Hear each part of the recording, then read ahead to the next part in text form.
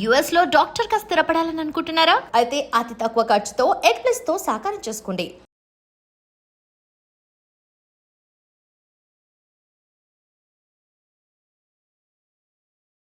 నమస్కారం, welcome to I dream. ధర్మ మార్గం విత్ విజిత కార్యక్రమానికి స్వాగతం. ప్రస్తుతం మనతో పాటు ఉన్నారు శ్రీ రామభద్ర క్షేత్రం నుంచి పండరి సంతోష్ కుమార్ శర్మ గారు. ఇప్పుడు గురుగారితో మాట్లాడి వినాయక చవితి విశిష్టత గురించి, పూజా విధానం గురించి అడిగి తెలుసుకుందాం. నమస్కారం గురుగారు. జై శ్రీరామమ్మ. గురుగారు, వినాయక చవితి రాబోతోంది. మనకు ఈ భాద్రపద మాసంలో మరికొద్ది రోజుల్లోనే ఉంది, ఎన్నో రోజులు కూడా లేదు. అయితే ఈ భాద్రపద మాసం యొక్క విశిష్టత, ఎందుకు మనం ఈ మాసంలోనే వినాయక చవితి జరుపుకుంటాము? ఈ మధ్యకాలంలో చూస్తున్నాము, ఎక్కువగా రంగురంగుల విగ్రహాలను పెట్టి ఆరాధిస్తూ ఉన్నారు. అసలు మట్టి గణపతిని ఆరాధించమని మన శాస్త్రంలో ఉంది అని చెప్పంటూ ఉంటారు. అసలు ఆ రోజున మనం ఎలాంటి విధానాలు ఆచరించాలి? ఈ పూజ అంటే ఇంట్లో పెట్టుకునే వాళ్ళు ఉదయ కాలంలోనే చేయాల్సి ఉంటుందా, సాయంత్రం చేయాల్సి ఉంటుందా? ఇలాంటి విషయాలన్నీ కూడా వివరించండి. జై శ్రీరామ్. శ్రీరామభద్రో విజయతేతరం. భాద్రపద మాసం భద్రమైనటువంటి పదమని అర్థం అన్నట్టు. అంటే భద్రం, క్షేమం అని అంటాం కదా. అవునండి. భాద్రపద మాసం ప్రారంభమైన తర్వాత చవితి రోజు, భాద్రపద శుద్ధ చవితి రోజు వినాయక చతుర్థి అని మనకు ఆ రోజు చాలా విశేషంగా చిన్నారుల నుండి మొదలుకొని అన్ని ఆశ్రమాల బ్రహ్మచారి, గృహస్థుడు, వానప్రస్థుడు అందరూ కూడా, సన్యాసి కూడా గణపతిని ఆరాధిస్తారు. ఆదౌ పూజ్య, మహాగణాధిపతికి ప్రప్రథమంగా ఆరాధన చేయాలి అన్నారు. అంటే విఘ్నాలు మనకు వస్తుంటాయి జీవనంలో, జీవన గమనంలో అనేక విఘ్నాలు వస్తుంటాయి. అలా ప్రతి నెల వచ్చేటువంటి సంకష్టహర చతుర్థి ఉంటుంది. భాద్రపద మాసంలో వచ్చేటువంటిది స్వామివారు ఆవిర్భవించారు అని అన్నారు. అసలు స్వామివారు భాద్రపద శుద్ధ చవితి రోజే ఆవిర్భవించాడా? కాదు. మహాగణాధిపతి యుగ యుగాల నుండి ఉన్నాడు. మనకు బ్రహ్మాండ పురాణంలో లలితా సహస్రనామాల్లో కామేశ్వర ముఖాలోక కల్పిత శ్రీ గణేశ్వర, ఆ కామేశ్వరుణ్ణి అంటే పరమేశ్వరుణ్ణి ఆ పరమేశ్వరుడి యొక్క ముఖాన్ని ఆలోకము, ఆశాంతము అలా వీక్షణ చేసింది అమ్మవారు. అప్పుడు గణపతి ఆవిర్భవించాడు. ఎందుకు? భండాసురుణ్ణి ప్రదర్శించినటువంటి విఘ్న యంత్రాన్ని భేదం చేయడానికి ఆవిర్భవించాడంట. అలా మహాగణాధిపతి యుగ యుగాల నుండి ఉన్నటువంటి స్వామి. ఈ భాద్రపద శుద్ధ చవితి రోజు మాత్రం చాలా విశేషంగా ఆరాధించడం ద్వారా సంవత్సర కాలం పాటు మనం జీవనంలో ఏ ఏ కార్యాలు పెట్టుకున్నామో అన్ని కార్యాలు సిద్ధిస్తాయి అన్నారు. సిద్ధి, బుద్ధి అంటే లక్ష్మీ స్వరూపలే. బుద్ధి అంటే బుద్ధుని పదను పెట్టు అంటుంటారు కదా, అలా పదను పెట్టడం ద్వారా ఏ పని అనుకుంటామో అది సిద్ధిస్తుందట. భార్యలోనన్నారు అంటే పారమార్థికం అందులో తీసుకోవచ్చు అన్నట్టు. అలా పూర్వాభాద్ర, ఉత్తరాభాద్ర నక్షత్రంతో కూడుకున్నటువంటి పౌర్ణమి భాద్రపద మాసం మనకు. ఈ భాద్రపద మాసంలో చతుర్థి నుండి మొదలుకొని చతుర్దశి వరకు, అనంత పద్మనాభ చతుర్దశి అంటారు కదా, ఆ రోజు వరకు కూడా 9 రోజులు మొట్టమొదటిగా మహాగణాధిపతిని ఆరాధించాలి. మనకు శివ పంచాయతనం ఉంటుంది కదా, ఈ గణపతితోనే ప్రారంభమవుతుంది.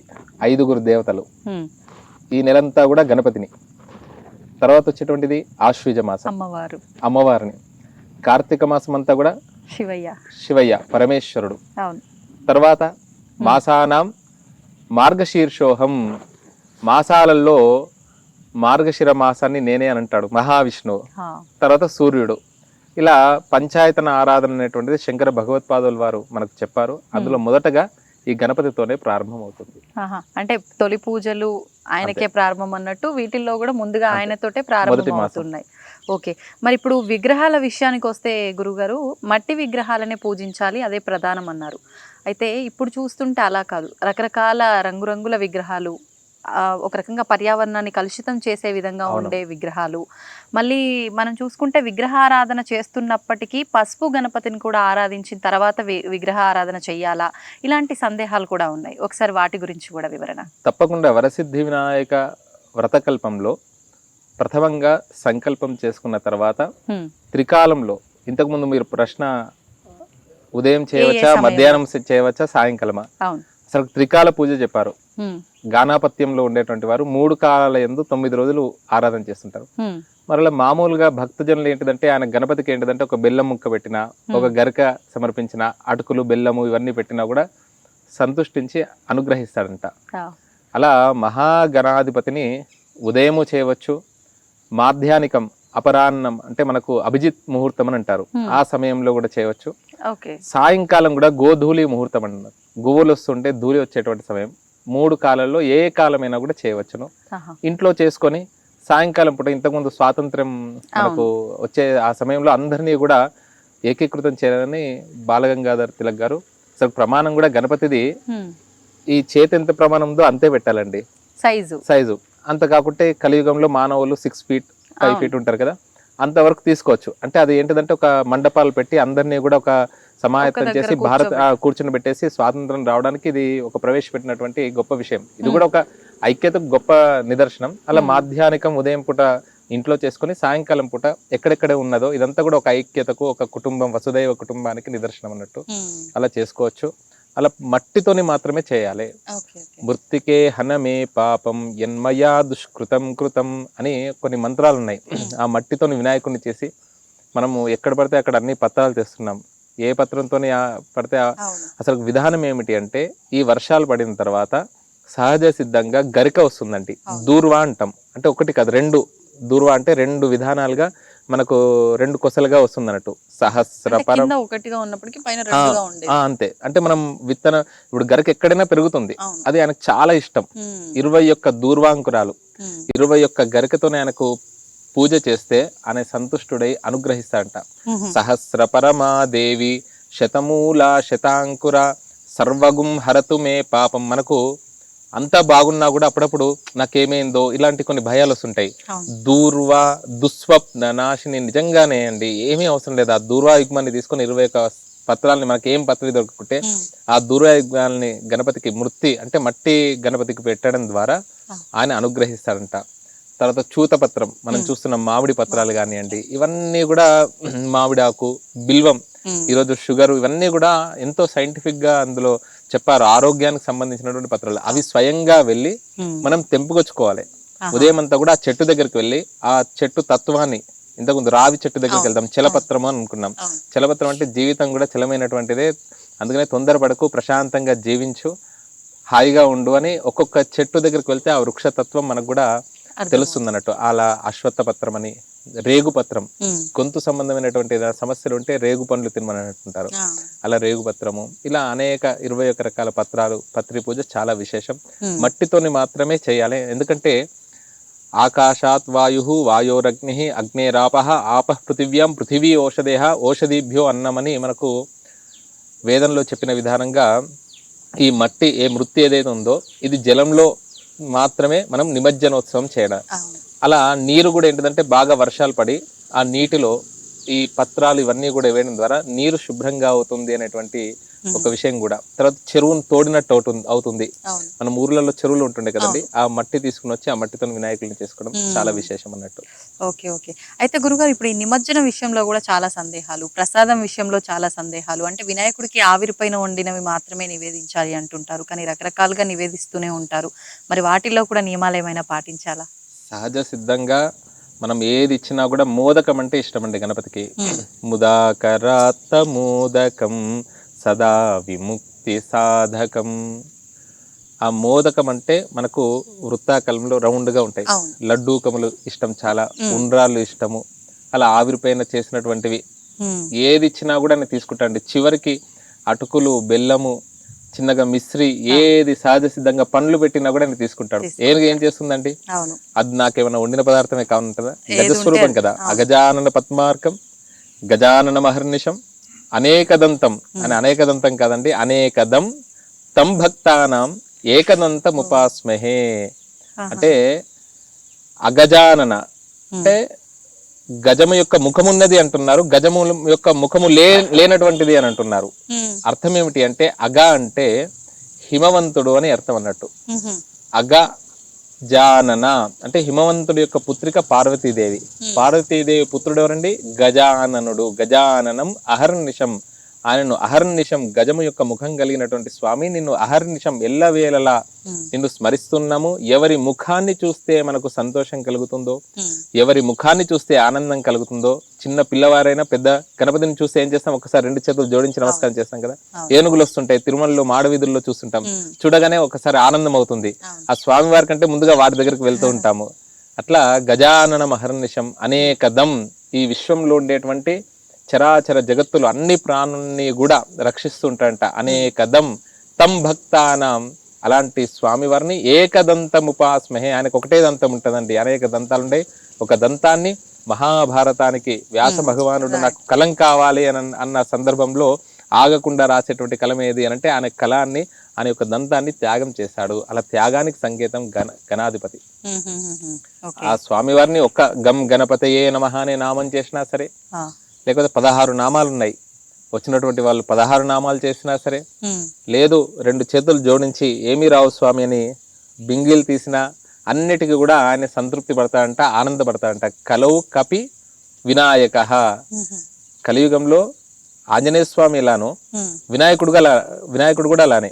ఉత్తర భారతదేశం వెళ్తే మీకు అక్కడ గణపత ఆంజనేయ స్వామి, ఎందుకంటే గణపతికి కూడా సింధూరం పూస్తుంటారు. కాశీ అక్కడ కూడా మనకు చింతామణి గణపతి, అవును చింతామణి గణపతి ఉన్నది శృంగేరి జగద్గురు. తర్వాత సాక్షి గణపతి, అక్కడికి వెళ్ళినందుకు సాక్షి. అవును. తర్వాత కాశీలో చూడాల్సినటువంటివి డుండి గణపతి. అంటే వీళ్ళందరూ వచ్చారంట. విశ్వేశం మాధవం డుండిం దండపానించ భైరవం వందే కాశీం గుహాం గంగాం భవానీ మణికర్ణికం. అలా గేట్ నెంబర్ 1 దగ్గర ఉంటుంది డుండి గణపతి. నెంబర్ 1 కి వెళ్ళేటప్పుడు సాక్షి గణపతి ఉంటాడు. చింతామణి గణపతి కేదార్ ఘాట్ దగ్గర ఉంటాడు, కేదారేశ్వర స్వామి దేవాలయ దగ్గర. అలా అది కూడా సింధూర వర్ణంలో ఉంటుంది, సింధూరం పూసుంటుంది. ఆంజనేయ స్వామి వారికి సింధూరం ఎలా ఉంటుందో ఈ గణపతికి కూడా సింధూరం ఉంటుంది. మామూలుగా హనుమంతుడు మాత్రమే సింధూర రంగు అలా రాసి ఉంటుంది కాబట్టి చూస్తే ఎవరైనా హనుమంతుడు అనుకుంటాం, కానీ అది గణపతి. మళ్ళీ ఆ విగ్రహాలు కూడా చూడడానికి మన దగ్గర ఉన్నట్టుగా ఉండవు, అవి డిఫరెంట్ గానే ఉంటాయి, చాలా విశేషంగా ఉంటాయి. ఒక్కొక్క అనేక రకాల గణపతులు అండి. 32 గణపతులు ఉన్నాయి.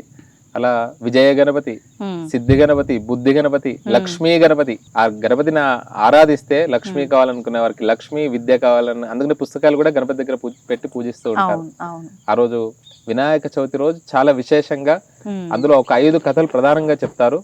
అందులో ఎంతో తత్వం ఉంది, చాలా అద్భుతమైనటువంటి విధానంగా. అంటే కేవలం కథ అన్నట్టే కాదు, మాతృదేవో భవ, పితృదేవో భవ, భారతీయ సనాతన ధర్మానికి సంబంధించినటువంటి విషయాలు అందులో ఉండడం జరిగిందన్నట్టు. గణపతి ఏం చేస్తాడు, 3 ప్రదక్షిణాలు చేసుకుంటాడు కదా శివపార్వతులకు ఇద్దరికి కూడా. అందుకు నేను తల్లిదండ్రులను వదిలిపెట్టేసి నువ్వు ప్రపంచంలో ఉండేటువంటి తీర్థయాత్రలు చేసినా, నదీ స్నానం చేసినా, ఎక్కడికి వెళ్ళినా దాన ధర్మాలు చేసినా ఉపయోగం లేదు.